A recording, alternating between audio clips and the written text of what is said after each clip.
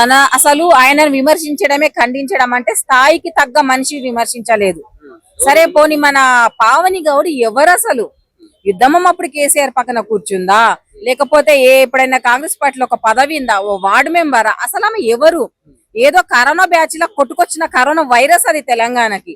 Corona కన్నా ముందు ఎక్కడ ఉండే? ఢిల్లీలో ఉండే. పొన్నం ప్రభాకరణ భిక్ష నీకు లగ్గం చేసి నీకు ఒక సంసారం ఇచ్చి పిల్లల్ని ఇచ్చి నేను ఢిల్లీలో సెటిల్మెంట్ చేస్తే నువ్వు వచ్చి మళ్ళీ అదే కాంగ్రెస్ పార్టీని తిడుతున్నావు. నీ స్థాయి ఏంది? నువ్వు మాట్లాడుతున్న వాక్యాలు చేసినప్పుడు నువ్వు ఏడ నిల్చున్నావు?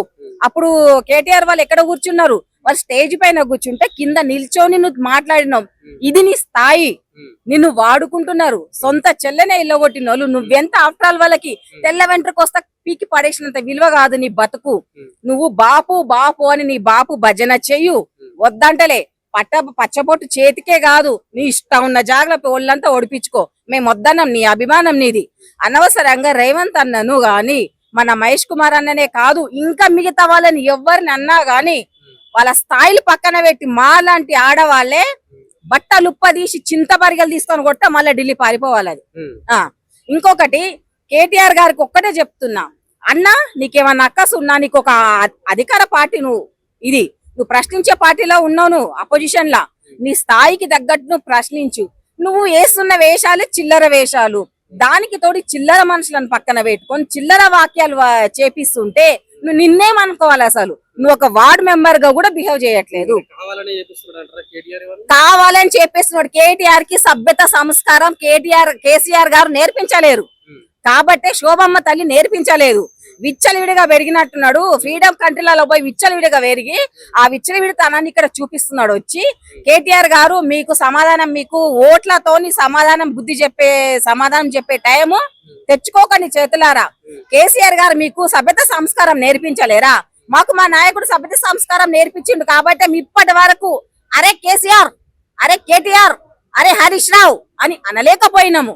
హరీష్ అన్న, కేసీఆర్ కాక, కేటీఆర్ అన్న, రామన్న, టిల్లు అన్న అని నానా వాక్యాలతో పిలిచినాము గాని అరే కేటీఆర్ గా, అరే టిల్లు భయంగన్, అరే ఒంటి స్తంభం కూడా ఫామ్ హౌస్ లో దాగి వండే కేసీఆర్ అని మేము అనలేము. మేము అనము, మాకు సభ్యత సంస్కారం ఉంది. ఆ వాక్యాలు నువ్వు దయచేసి అనిపించుకోకు.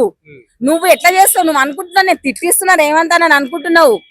పైన పోస్తే మన్ను నీ మొహం మీద పడ్డట్టు అది చేస్తున్న వాక్యాలు నీ పార్టీ పతనానికి దారి తీస్తున్నాయి. సాదాసీదా మనుషులకు కూడా ఇదేంది బీఆర్ఎస్ పార్టీ వాళ్ళు ఇంత బరితగించిండ్రు? నువ్వు చేస్తున్న దీక్షా దివస్ ఆ రోజు తలుసుకోవాల్సింది అమరవీరులను, కానీ కాంగ్రెస్ పార్టీ వాళ్ళని తిట్టడమా నీ దీక్ష దివస్ అంటే? కాంగ్రెస్ పార్టీ వాళ్ళు పోరాడండి, కాంగ్రెస్ పార్టీ వాళ్ళు ఇవ్వండి. నీకు తెలంగాణ వచ్చిందా? తెలంగాణ వచ్చింది నీ కుటుంబ సభ్యులకు రాబోయి. తెలంగాణ నిజమైన తెలంగాణను వచ్చినా మీరు దాపెట్టుకున్నారు మీ గడిలల్లా. మాకు ఇంకా ఇవ్వలేరు మీరు. మీ ఒక్క తెలంగాణ మీ ఒక్క కుటుంబానికే మీరు వాడుకుంటున్నారు. మొన్న నవంబర్ 20నే శ్రీకాంత్ చారి మొదట ఆత్మార్పణం చేసిన రోజు పెట్రోల్ పోసుకొని ఆయన పేరు ఒక్కలని స్మరించిండ్రా? మీరు కాంగ్రెస్ పేరు తిట్ల వర్షం కురిపిస్తారా? ఇదేనా మీ నైతిక ఇది? మీ సభ్యత సంస్కారం ఇదేనా? ఇందుకోసమా తెలంగాణను తెచ్చుకుంది? ఇందుకోసమా విద్యార్థులు ఆత్మార్పణం చేసుకున్నది? ఏ విద్యార్థులు ఆత్మార్పణం చేసుకున్న విద్యార్థుల కుటుంబాలకు మీరు ఎంత మందికి న్యాయం చేసి ఈ రోజు ప్రశ్నిస్తున్నారు కాంగ్రెస్ ను? 10 ఏళ్ళు మీరు బీకి కట్టలు కట్టిన మోపులేవి? ఎంత మంది విద్యార్థుల కుటుంబాలకు మీరు న్యాయం చేసిండ్రు? మీరు దీక్షా దివస్ కాదు, ఏ మనుషులు ఆత్మార్పణ చేసుకొని చనిపోయినరో వాళ్ళ ఊర్లలో పోయి వాళ్ళ విగ్రహాలు పెట్టండి రా.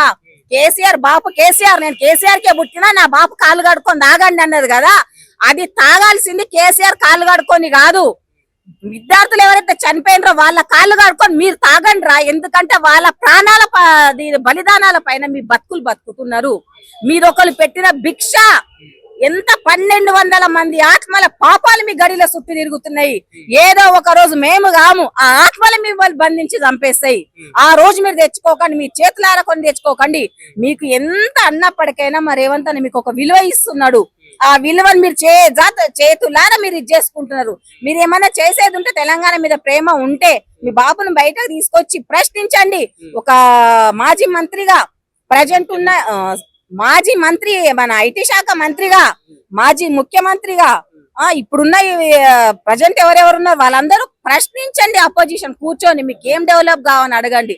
తిట్ల వర్షం కురిపించినంత మాత్రాన చిల్లర మనిషిని తీసుకొచ్చి చిల్లర వాక్యాలు చేపిస్తున్నారు అంటే అంతకన్నా ఆఖరి నంబర్ చిల్లర గాళ్ళు మీరు.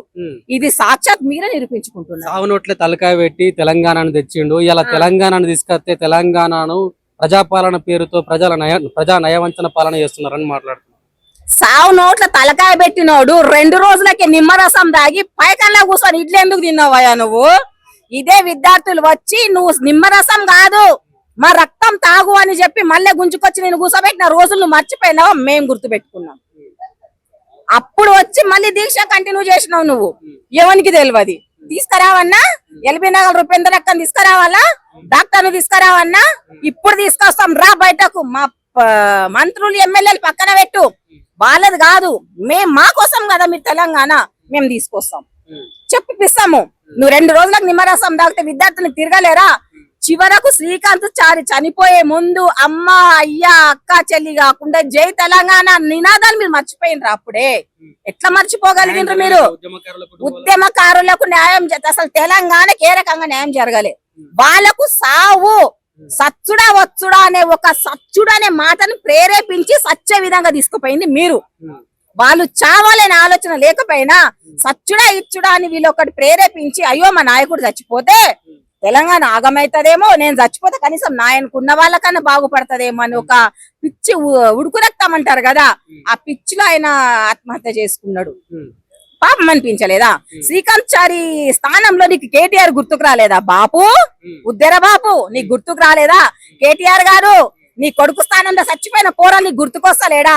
హరీష్ రావు నీకు ఎవరు గుర్తుకొస్తలేడా? వసే పావని బరి తగ్గించిన దానా నీకు తమ్ముళ్ళు గుర్తుకొస్తలేరా? వాళ్ళ మొహాలు చూస్తే నీకు ఎట్లా అనాలనిపించింది? సాగునట్లు ఎవరు తలకాయ పెట్టింది? చచ్చిపోయిన పోరగాళ్ళు వాళ్ళ కాలు మొక్కుండిపోయి రేవంత్ అన్న మీకు ఏం సహకారం? మొట్టమొదట బిల్లు పెట్టింది వైఎస్ రాజశేఖర రెడ్డి గారు, కాంగ్రెస్ పార్టీ.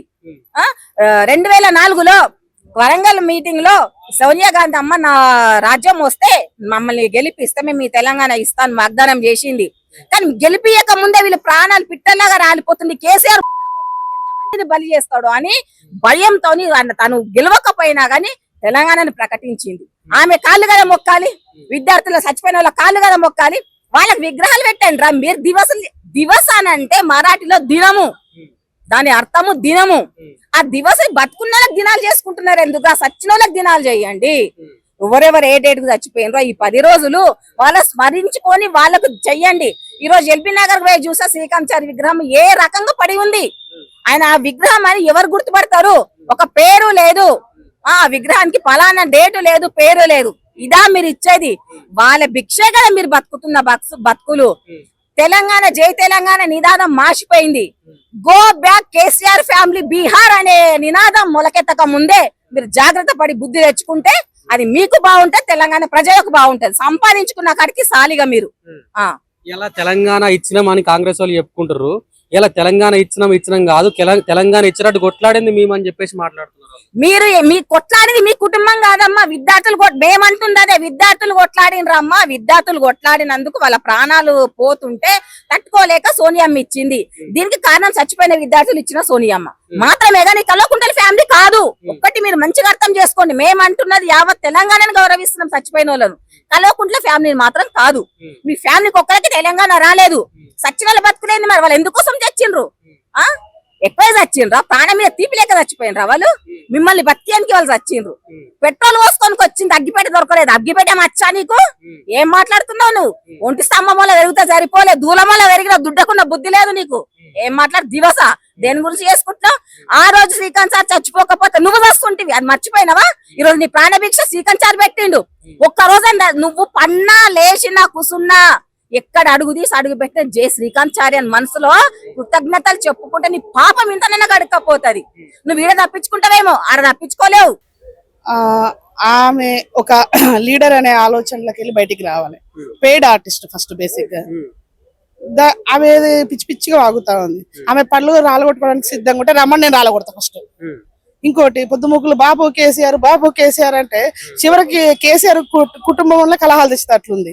ఈమె గౌండ్ల జాతర నిజంగా పుట్టిన బిడ్డ అయితేనే పొద్దుముకులు బాబు అంటే మరి ఈమె పుట్టుపూర్వత ఆమె ఒకసారి తెలుసుకోవాల్సి వస్తుంది. ఈమెకి ఏం తెలుసు తెలంగాణ ఉద్యమంలో రేవంత్ రెడ్డి గారు, నేను పాలమూరు ఆడబిడ్డగా మేమంతా పనిచేసాము. ఉద్యమకారులు, తర్వాత విద్యార్థులు, అన్ని సంఘాలలో తెలంగాణ ఉద్యమంలో పనిచేశారు. ఈమెకి ఏమైనా తెలుసా? తెలియదు కదా. పేడ్ ఆర్టిస్ట్ మాట మాట్లాడుతుంది. అది సలకాయలేని మొహాంది. అది ఏం మాట్లాడుతుందో దానికి అర్థం కాదు. అది పాపం 30,000 జీతం ఇస్తుంది కదా, ఏం చేద్దాం? అది స్క్రిప్ట్ కూడా చక్కగా చదువుతుంది కదా తమ్మి, అది పనికి వాళ్ళది. అది స్క్రిప్ట్ కరెక్ట్ చదువుతుందా? అసలు అది కూడా చదవనికి రావట్లేదు దానికి. అసలు దాని గురించి మాట్లాడే టైం వేస్ట్. ఇప్పుడు బురదలో పంది బొర్లుతా ఉంటది, కుక్కలాగా ఒరుగుతా ఉంటది. ఇటువంటి బురదలో పంది బొర్లుడాడు, కుక్కలు అరసడాలు మేము ఎవరు కూడా కన్సిడర్ చేయము. కార్యకర్తలు, లీడర్లు, నిజమైన కార్యకర్తలు చాలా పద్ధతి గౌరవంగా మాట్లాడతారు. ఆ టిఆర్ఎస్ పార్టీలో కూడా కార్యకర్తలు ఉన్నారు, మిగతా పార్టీలో ఉన్నారు. మాట్లాడే విధానం ఉంటది, పద్ధతి ఉంటది.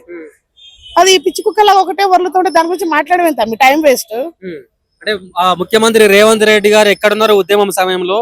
మా బాపు కేసీఆర్ సాగు నోట తలకాయ పెట్టి తెలంగాణ తెచ్చిండు అంటున్నారు కదా. అసలు తలకలేని దానికి తెలంగాణ ఉద్యమంలో ఇదే పాలమూరు ఆడబిడ్డగా మేమందరం కలిసి పనిచేస్తాం. రేవంత్ రెడ్డి మేమందరం కలిసి పనిచేస్తాం ఉద్యమంలో.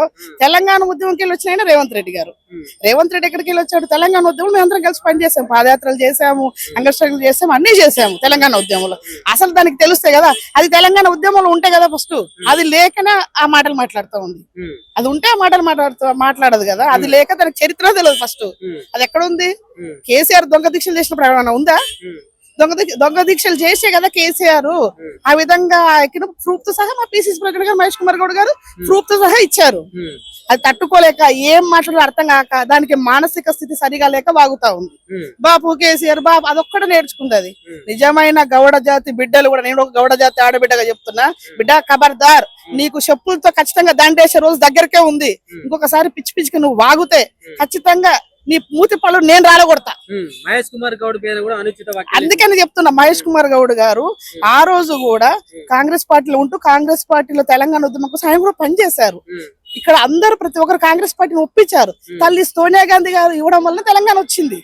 మా పార్టీలో ఉండి మేమందరం రాజీనామాలు చేసి మా పార్టీ ఒప్పించుకొని ఒక రాష్ట్రం విడిపోతున్న సమస్యలు ఉన్నా కూడా అవన్నీ పక్కన పెట్టి తెలంగాణ ఉద్యమం ఇచ్చింది ఎవరు? కాంగ్రెస్ పార్టీ. మహేష్ కుమార్ గౌడ్ గారు కూడా ఆ రోజు పనిచేశారు. దీనికి చరిత్ర తెలియదు తమ్మి. ఈ సన్నాస్ మోహన్ దానికి చరిత్ర అని తెలుసు, దీనికి ఒలుడు తప్ప చరిత్ర తెలియదు. అది ఒక పార్టీ కార్యకర్త కాదు, కార్యకర్తలకు కూడా తెలుసు కష్టం విలువ. ఉద్యమకారులు, తర్వాత మేధావులు, విద్యార్థులు, ప్రతి ఒక్కరు కూడా పార్టీకి పనిచేస్తున్న తెలంగాణ ఉద్యమంలో అందరూ పంచుకుంటారు. తల్లుల సంఘాలు, అన్ని సంఘాలు, ఉద్యోగ సంఘాలు, అన్ని సంఘాలు. ఇది ఎక్కడన్నా పనిచేసిందా? అసలు దీని చరిత్ర ఏమను? రావేరా చూస్తారా, ఛాలెంజ్ చేస్తా, రావేరా, నువ్వురా. నీవు నిజంగా తెలంగాణ ఉద్యమంలో ఎక్కడ పనిచేసినావే? సన్నాసి మోహన్ దానా, గాడిద మోహన్ దానా, తెలియలేని మన గౌండ్లలో పరువు తీస్తున్నావు.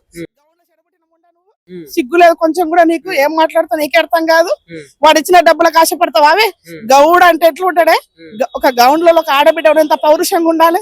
సర్దార్ సర్వై పాపన్న వారసత్వం పుంజుకున్న వాళ్ళు మనం ఎంత పౌరుషంగా ఉండాలి? ఎట్లా పనిచేయాలి గౌండ్లలో?